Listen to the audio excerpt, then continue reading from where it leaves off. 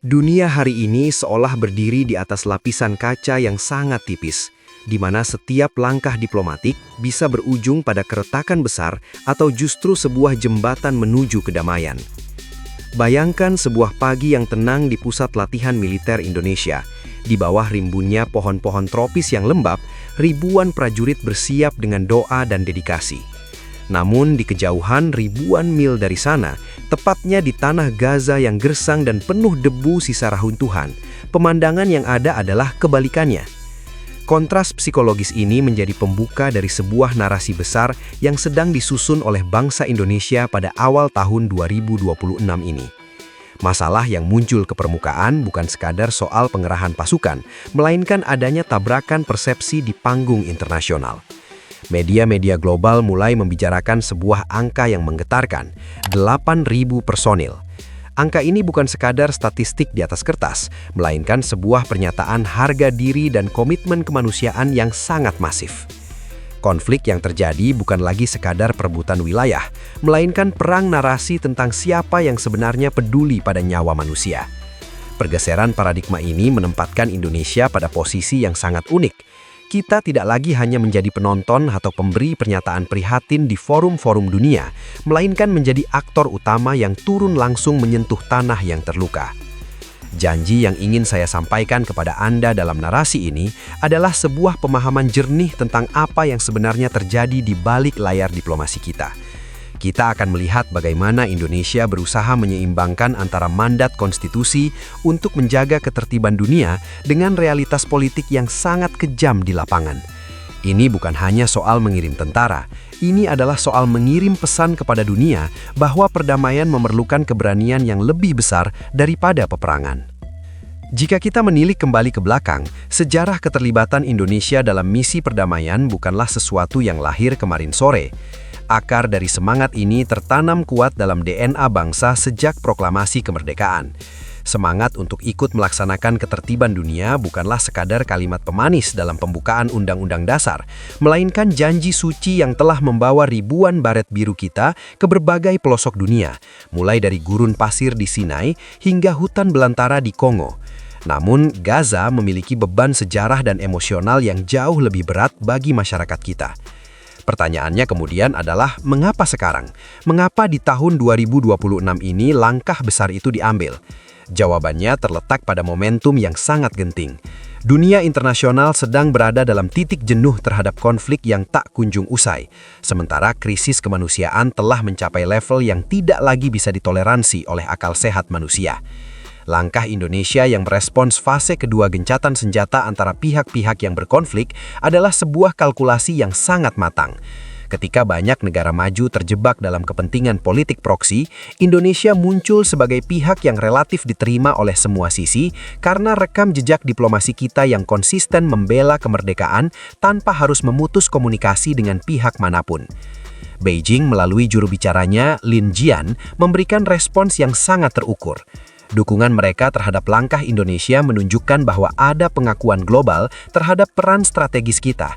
China melihat bahwa stabilitas di kawasan tersebut tidak akan pernah tercapai jika hanya mengandalkan tekanan militer. Diperlukan kehadiran pihak ketiga yang memiliki integritas moral tinggi untuk memastikan bahwa gencatan senjata bukan sekadar masa jeda untuk mengisi peluru, melainkan awal dari sebuah rekonstruksi kehidupan yang nyata. Mari kita bedah mitos yang beredar di media internasional mengenai tugas pasukan kita. Ada narasi yang menyebutkan bahwa pasukan Indonesia akan melakukan upaya pelucutan senjata atau demilitarisasi. Jika kita menggunakan logika audit dan perhitungan taktis militer yang jernih, narasi tersebut tampak sangat tidak selaras dengan komposisi pasukan yang disiapkan. Berdasarkan data yang ada, fokus utama dari 8.000 personel tersebut adalah pada aspek medis dan teknik. Ini adalah sebuah strategi soft power yang sangat cerdas. Dalam logika neraca kekuatan, memulihkan akses air bersih, membangun kembali rumah sakit yang runtuh, dan memastikan jalur logistik bantuan tetap terbuka adalah bentuk pertahanan yang jauh lebih kuat daripada senapan mesin. Secara akumulatif, posisi Indonesia sebenarnya jauh lebih kuat dengan mengambil peran rekonstruksi ini.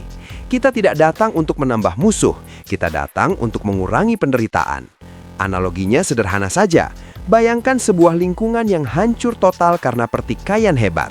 Penduduknya tidak butuh polisi tambahan yang membawa pentungan. Mereka butuh tukang bangunan yang membawa semen dan dokter yang membawa obat-obatan. Itulah yang sedang dilakukan Indonesia.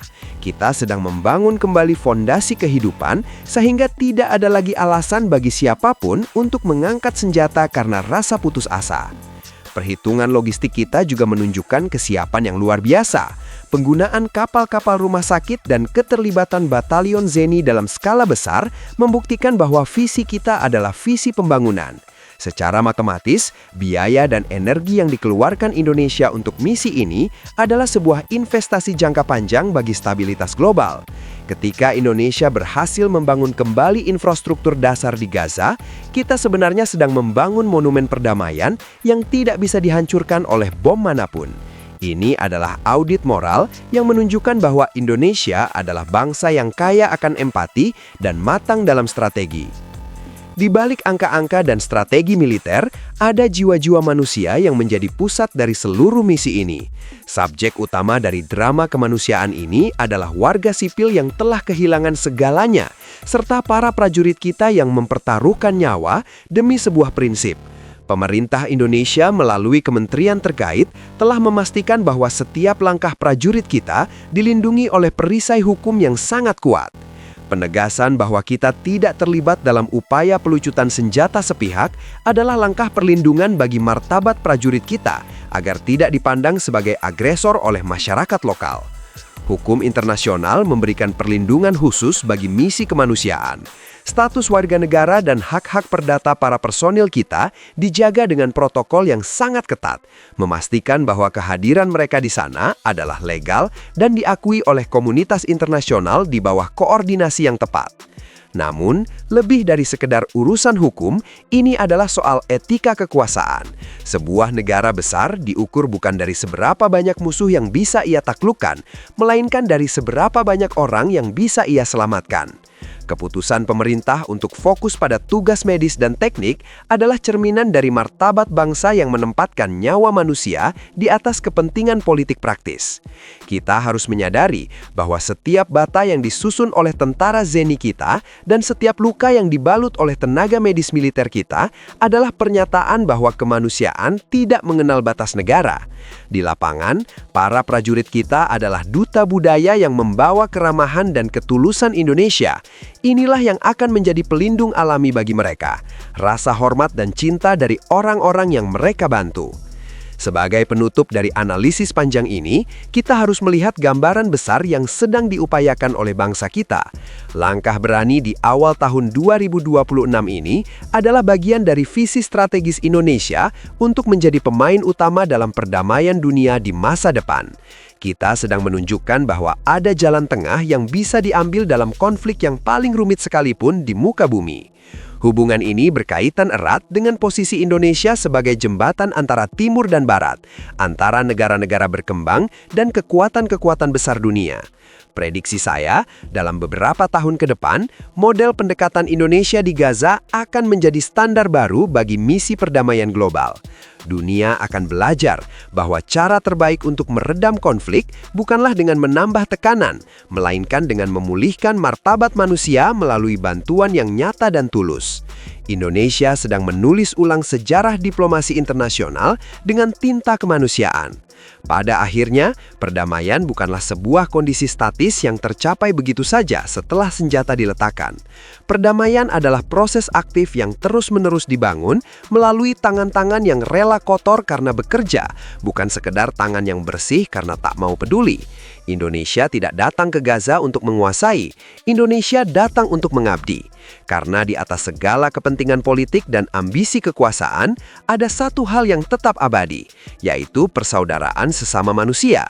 Inilah kalimat penutup yang harus kita camkan. Perdamaian sejati tidak lahir dari laras senjata yang dikosongkan, melainkan dari harapan yang dibangun kembali di atas reruntuhan.